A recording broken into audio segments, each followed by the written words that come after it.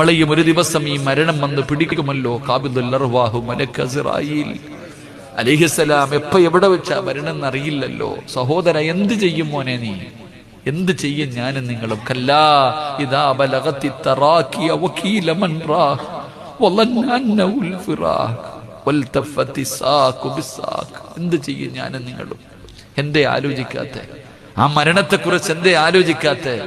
എന്റെ പ്രിയപ്പെട്ട പെങ്ങളെ, നീ പറയുന്നു പ്രസവത്തിന് മരണവേദനയാണെന്ന്. ഇല്ലുമ്മ, പ്രസവത്തിന് മരണവേദനയില്ല.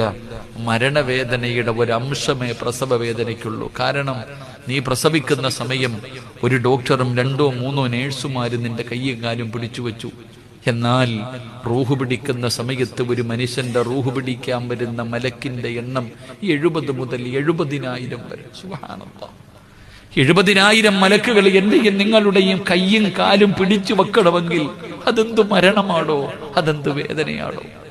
അതുകൊണ്ട് എൻ്റെ പൊന്നാര സഹോദരങ്ങളെ, ഇന്നലെ കണ്ടവനെ ഇന്ന് കാണാത്ത ദുനിയാവ. ഞാൻ നിങ്ങളോട് പറയുന്നത്, മരിക്കുന്നതിന് മുമ്പ് ഒരു നന്മ ചെയ്തിട്ട് മരിക്കുക.